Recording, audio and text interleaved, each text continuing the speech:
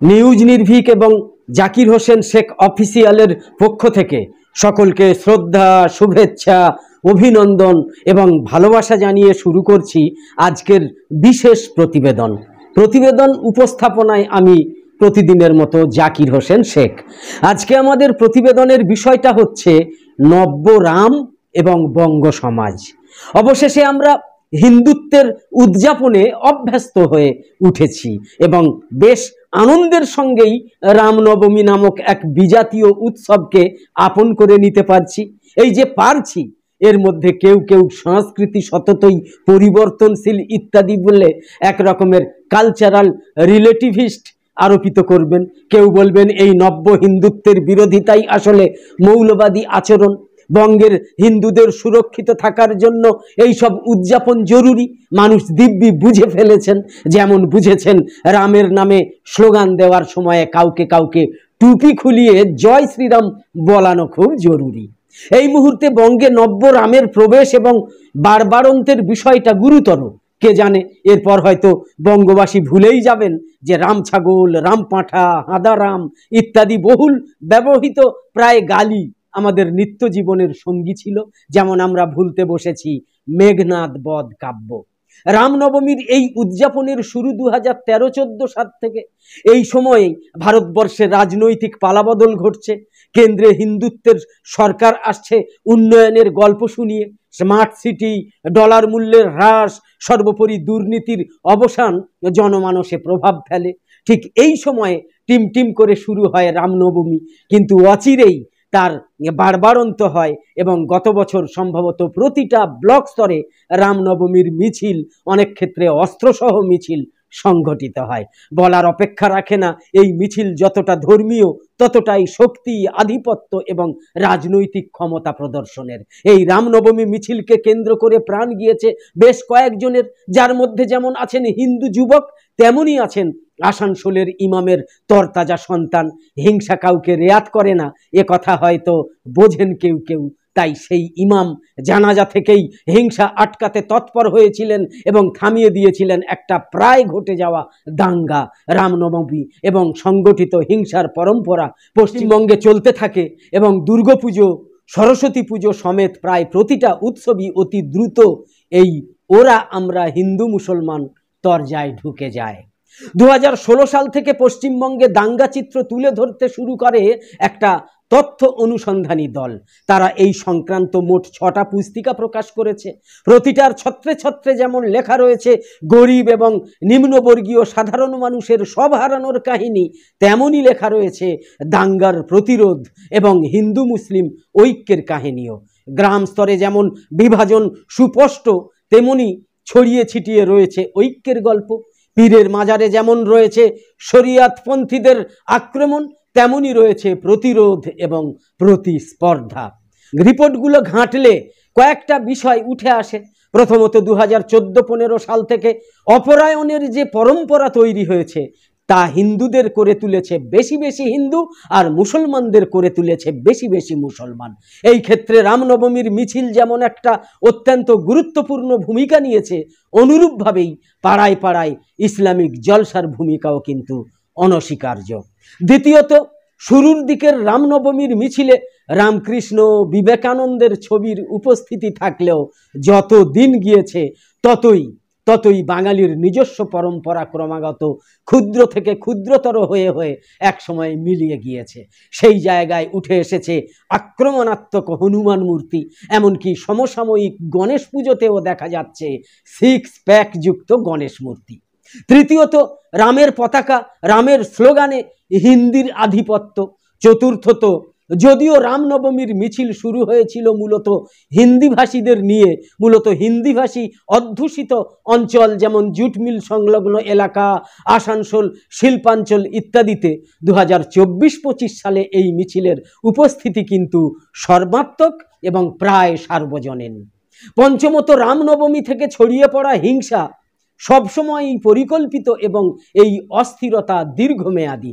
গবেষকরা দেখিয়েছেন রামনবমীর মতো উৎসব কিভাবে নানা প্রতিষ্ঠানের ধারাবাহিক প্রয়াসে তৈরি। পশ্চিমবঙ্গে আত্মপরিচয় কেন্দ্রিক রাজনীতির অবধারিত পরিণতি এক প্রতিযোগিতামূলক সাম্প্রদায়িকতা।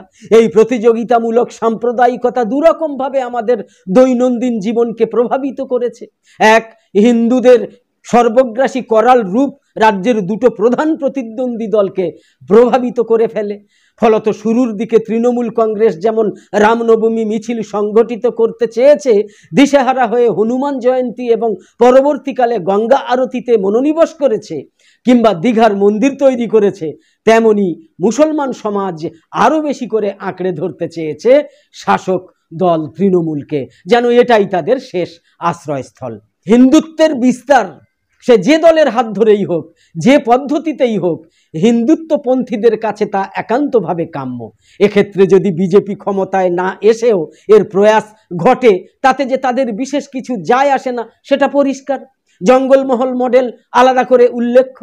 পশ্চিমবঙ্গের যে অঞ্চলে মুসলমান জুজু দেখানোর কোনো সুযোগই নেই বলা যায়, সুযোগ একেবারে সীমিত, সেখানে রামের প্রবেশ তাহলে কিভাবে? হনুমানের কাঁধে চেপে। এর সর্বাপেক্ষা উৎকৃষ্ট উদাহরণ হচ্ছে জঙ্গলমহল। বাঁকুড়া, পুরুলিয়া, পশ্চিম মেদিনীপুর এবং ঝাড়গ্রাম জেলায় বিজেপির উত্থান নাটকীয়। এমনকি 2024-এ প্রাপ্ত ভোট কমলেও বিজেপির প্রভাব এবং হিন্দুত্বের ক্রমবর্ধমান উত্থান কিন্তু সেখানে চোখে পড়ার মতো। এই উত্থানের নেপথ্যে রয়েছে হনুমান মন্দিরের উপস্থিতি, যা আজ জঙ্গলমহলের প্রায় সব গ্রামে বিদ্যমান। এই মন্দির পরিচালনার জন্য রয়েছে পরিচালন কমিটি। স্থানীয় দরিদ্র ব্রাহ্মণ পরিবার নেবে পুজোর ভার, আর পরামানিক অর্থাৎ নাপিত পরিবার নেবে ফুল এনে দেওয়া এবং পরিচ্ছন্নতার দায়িত্ব। সন্ধেবেলা রামায়ণ গান কিংবা হনুমান চল্লিশা চালানোর সঙ্গে সঙ্গে চলে হিন্দু রাজাদের উপর মুসলমান সম্রাটদের অত্যাচারের কাহিনী। আর চলে কেন বর্তমানে কেন্দ্রীয় শাসকই পারেন 80 কোটি হিন্দুর দায়িত্ব নিতে সেই ব্যাখ্যান।